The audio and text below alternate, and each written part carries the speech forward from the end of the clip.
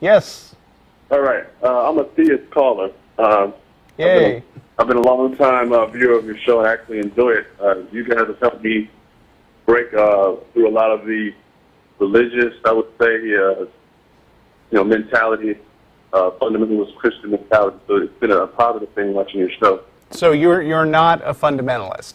No, no longer. I mean, I used to be semi-fundamentalist, but I had questions and watching your show kind of brought me out that. Okay. All right, see, honestly, I just want to say that makes me happy. I'm cool with you still being a theist, but if we push you in our direction one step, then I think we're doing our job. Yeah, I mean, and I'm open to come to that step. I want to try to maintain as intellectually honest as possible. But I seem to have one problem though. Okay. With All right. the whole atheism thing.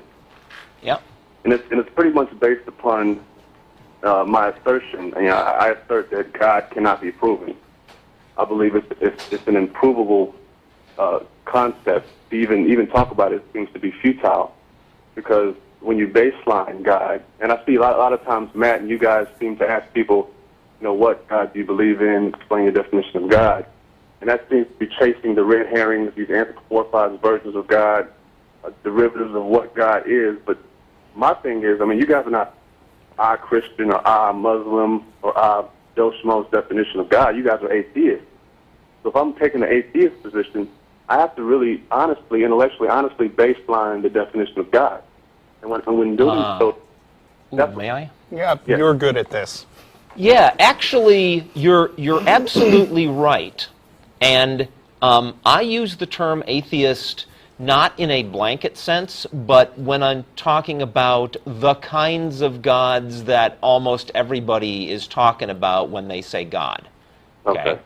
Now, in the case of like Julius Caesar, who was declared a god by the Roman Senate, I'm a theist, because I don't really doubt that Julius Caesar existed, that there was a guy who was called a god, and that those historical events happened, and that historical figure existed. Okay. But that's not a problem for my atheism, because 99.9% of the time, that is not what people are talking about. Likewise, if you've got some South Seas Islanders with a totem pole, and they say that totem pole is their god, I can go up and rap on it with my knuckles and know that it exists. I'll have some issues about their claims of its magical powers. But as far as its existence, I'm a theist on the subject of that god. So, yes, you're absolutely right. If you mean the word, if you apply the word atheist to yourself and you mean absolutely everything that might possibly be called a god you don't believe in, you're going to be in trouble. Well, I wouldn't go that far. I understand people have to. There's some fringe, beliefs in God. I like to base on it. I can't get 100% accuracy, but when you look at the meaning of when people say God, for the most part, from what I've experienced, and I can't say for everybody, but I come down to really one thing, and it comes down to infinity, something that's beyond your knowledge, even if it's beyond your knowledge at that time. During the Greeks, like lightning might have been beyond their knowledge, so they labeled that, of the gods, it was beyond their understanding. But once they understood it, it was no longer God. So are you saying that lightning used to be... something to me which represents something that's infinity. And even if that infinity moves, even if that line moves, infinity will always exist. And to me, that really is what represents God. That infinite being that represents infinity. Now, and when I say being God, I say being because it could be a natural infinity, a natural regress. But when I say God, I say people, for the most part, would link God to a being that represents infinity. So this God of yours might not be sentient, might not actually do anything. It might just be an abstract concept.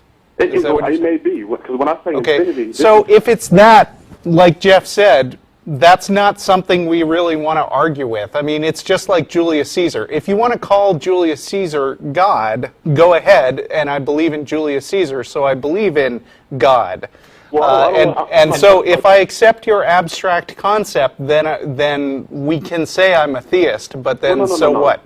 Julius Caesar is finite. That's a person at one point somebody could... Yeah, but different people, apparently you're trying to introduce another definition of God that is not what everybody thinks. May I? Yeah, go ahead. can I just Hey, say something? yeah, go ahead, Jonathan. I don't feel, and I understand where you guys are coming from, but I don't feel like I'm introducing that. Throughout history in the Bible, I don't believe in the literacy of the Bible, but throughout ancient texts, the Bible included, Yeah. God has been declared as being omnipotent, all-powerful, all-knowing, all-existing. These are terms which represent infinity, all. Right. This is not just in the Bible. So when I say baseline God, Yeah. these are terms that I'm not just bringing to the table. This has been in existence for, as long as I can remember, as long as I can go back. Okay. Now, Russell was brought up Julius Caesar again, and you said that's not what What you you mean, mean. because what you're talking about infinity, by which, correct me if I'm wrong, as I understand it, you mean God is the something out there that's beyond our knowledge. And I say being because And when I say you say being. I say being because God, when I say being, which represents infinity, obviously infinity could be a natural regress. But when I say when I want a baseline God. Okay. Why do you think there's a being? No, Why do you I think don't- there's an infinite I'm being? I'm not even going to the point where I say I believe there's a being. I'm just saying the baseline God. Yeah. God baseline is a being which represents infinity. And you don't believe in that? Throughout it, no, I'm not making any statement of. I haven't even got to my statement of belief yet. Okay. I'm trying to get there. But, well, I thought We maybe have- I could say something that would give us a little common ground, okay? And that is, Russell and I do not doubt that there are things that are beyond our knowledge, Okay. right? We just don't call them God. We don't call them God because if they're beyond our knowledge, you really can't say anything about them. That's the nature of being beyond our knowledge. It's a thing we don't know anything about. So why would you characterize it as a God? So if that's the case, I don't care what we call it. We can call it boobalai, job. We can make up words. These are just letters. These are A lot of people have made up those words. Exactly the term. So God, we can just throw that off the table. Let's just call it. I call it God because this is Okay. a theism versus atheism debate. Yeah. And I would like to say that God baseline represents those properties, the infinite properties that I stated. Now you don't have to call it God. Yeah, you can call it whatever you want. But as far as this is concerned, I would like to keep the terminology the same. Okay. I mean, I'm not, and that's just my starting point. Okay. I'm not saying that I believe that thing exists yet. I haven't even gotten to that point yet. Okay.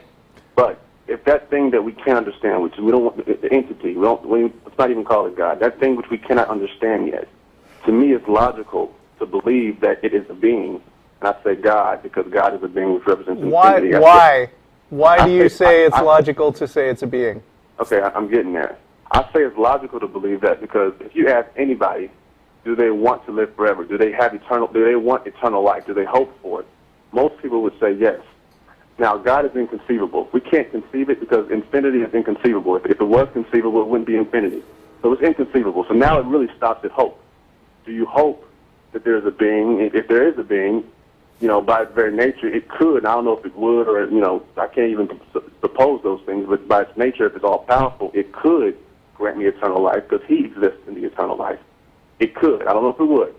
So to me, it's natural to hope that God exists and that God is true. I don't know if it is. I can't even go there. I can't even conceive it, but it really stops at hope. So if I hope that God exists and I can't prove it, it's improvable, to me, belief is just a function of that hope. See, when it's something, that's improvable, like, Do you want to take Go ahead. We've got like an hour show, and we're going to have to get to a